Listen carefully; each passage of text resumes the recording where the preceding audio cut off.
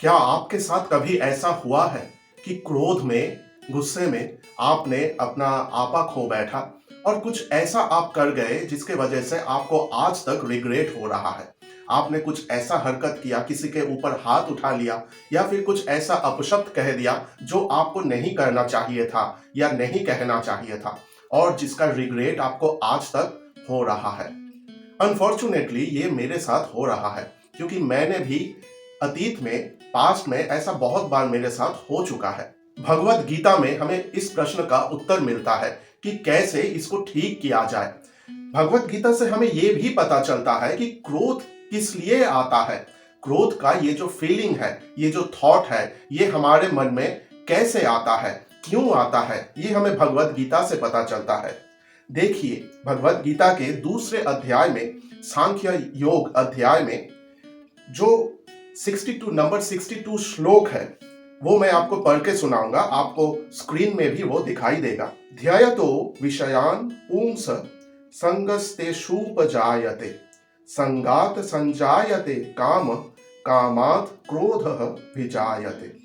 अर्थात विषय समूहों की चिंता करते करते हमारे इंसानों के, मनुष्यों के मन में आसक्ति का जन्म होता है और आसक्ति से कामना या तृष्णा की उत्पत्ति होती है। और जब उस कामना को हम प्रतिहत या अवरुद्ध कर देते हैं, हम रोक लेते हैं, तो वो क्रोध में रूपांतरित हो जाते हैं। विषय समूह कुछ भी हो सकता है। जैसे फॉर एन एग्जाम्पल हम ये ले सकते हैं कि मुझे कुछ चाहिए, मुझे कोई मोबाइल फोन चाहिए, मुझे कोई आईफोन चाहिए, क्या कोई टैबलेट चाहिए या कुछ भी मुझे चाहिए। तो ये जो चाह का जो थॉट है, ये जो थॉट हमारे मन में आ गया, इससे हमारे मन में एक एक्सपेक्टेशन पैदा होता है और एक्सपेक्टेशन ये बढ़ते बढ़ते इतने हद तक ये पहुंच जाता है कि उससे हमारे मन में एक चाह की, एक जैसे एक तृष्णा हो, कामना की उत्पत्ति होती है। कामना को हम इमेजिन कर सकते हैं कि जैसे कोई आग हो, ये सब कुछ जलकर राख कर देता है। कामना या तृष्णा जो है, कामना वासना जो है, ये भी एक आग की तरह ही है। आप देखेंगे कि कुछ भी पाने के लिए जब हमारा मन तत्पर हो जाता है, तो जैसे हम जब तक हम उसको पा नहीं लेते, तो जैसे हमारे शरीर में, मन में एक जलन सा होता है, जैसे हमारे अंदर कोई आग जल रहा है, यही कहा जा रहा है। और जब अंत में जाके वो हमें नहीं मिलता है, उस कामना को हम प्रतिहत कर देते हैं, प्रतिहत हो जाता है अपने आप, तभी क्रोध की उत्पत्ति होती है। जैसे आप देखेंगे कि कोई बांध हो या डैम हो, वहां पर पानी आ रहा है, पानी वहां पर आकर एकदम गैदर हो रहा है और डैम का जो गेट होता है वो खुल नहीं रहा। तो एक हद तक पानी जब वहां आकर स्टोर हो रहा है, तो जब वो गेट खुल नहीं रहा है, तो वो पानी उस डैम को तोड़कर बाहर आ जाता है, उस डैम को वो नष्ट कर देता है, ध्वंस कर देता है। यही कहा जा रहा है। ये सिर्फ किसी भी चीज को पाने हेतु ही नहीं। आप सोचिए कि हम मम्मी के ऊपर क्रोधित हो गए या पापा के ऊपर क्रोधित हो गए।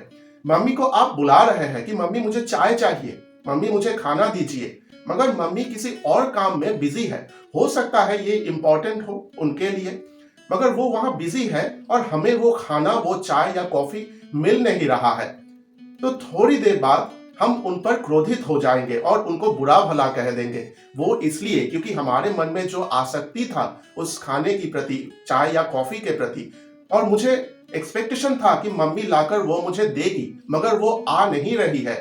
तब जाकर हमारा जो एक्सपेक्टेशन है, जो आसक्ति है, वो इजीली फुलफिल नहीं हुआ, तो हम क्रोधित हो गए। पापा के साथ भी, आप पापा से कुछ मांग रहे हैं और पापा आपको किसी भी वजह से वो दे नहीं रहे हैं, और जब आपको वो नहीं मिल रहा है तो आप पापा के ऊपर गुस्सा हो रहे हैं। आप ऐसा सोच रहे हैं कि आपके मम्मी पापा या वाइफ, हस्बैंड या बच्चे, कोई भी हो, ऐसा बर्ताव करेंगे, ऐसे बिहेवियर उनका होगा, आप ऐसा एक्सपेक्ट कर रहे हैं, मगर ऐसा कभी नहीं हो रहा है। तो वो जो एक्सपेक्टेशन आपके मन में है वो फुलफिल नहीं हो रहा है, तो आप क्रोधित हो रहे हैं।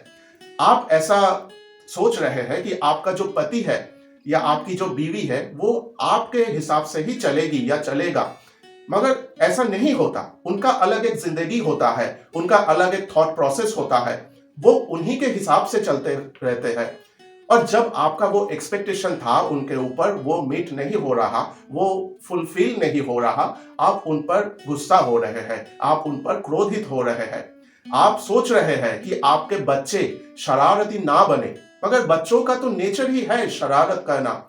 आपका एक्सपेक्टेशन फुलफिल नहीं हो रहा है तो आप उन पर गुस्सा हो रहे हैं, आप उन पर चिल्ला रहे हैं, उनको मार भी रहे हैं। यही कारण है क्रोध का। भगवान कह रहे हैं कि एक और श्लोक है, नंबर 63 चैप्टर 2, क्रोधात भवति सम्मोह, सम्मोहात स्मृति विभ्रमः, स्मृति भ्रंशात बुद्धि नाशो, बुद्धि नाशात प्रणश्यति। अर्थात क्रोध से हमारे मन में जो विवेक है, जो हमें ये कहते हैं कि क्या करना उचित है, क्या अनुचित है, क्या सही है, क्या गलत है, मन का ये जो हिस्सा है, ये जो पार्ट है जिसे हम विवेक कहते हैं, उसका नाश हो जाता है। और विवेक नाश होते ही हमारा जो मेमोरी है, मेमोरी आप सोच लीजिए कि एक कटोरा है हमारे मन के अंदर, वहां पर सारे मेमोरीज जाके स्टोर होते हैं।